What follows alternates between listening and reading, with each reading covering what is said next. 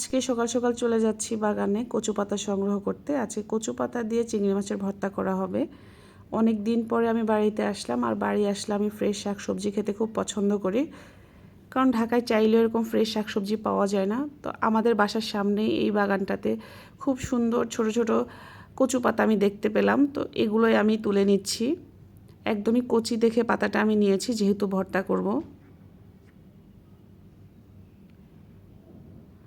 আমার কচু পাতা সংগ্রহ করা শেষ।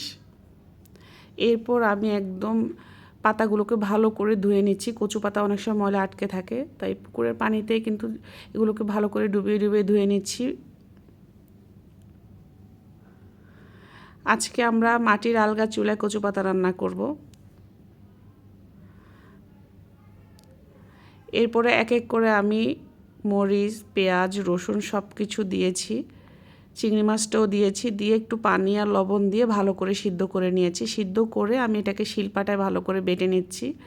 চাইলে আমি ব্লেন্ডারেও করতে পারতাম, কিন্তু আমার কাছে পাটায় বেটে যে ভর্তাটা করা হয় সেটা টেস্টটা অন্যরকম লাগে। আর আমি সবসময় ভর্তা নিজের হাতে করতেই পছন্দ করি, কারো হাতের ভর্তা আমার পছন্দ হয় না। ভালো করে বেটে নেওয়ার পরে আমি কড়াইতে সরিষার তেল দিয়ে দিচ্ছি।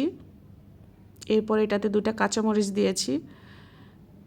ভর্তায় আমরা মরিচ কম দিয়েছি, কারণ অনেকেই খাবে, অনেকেই ঝাল কম খায়, সেজন্য আমার মনে হয়েছে আর একটু ঝাল দেওয়া দরকার।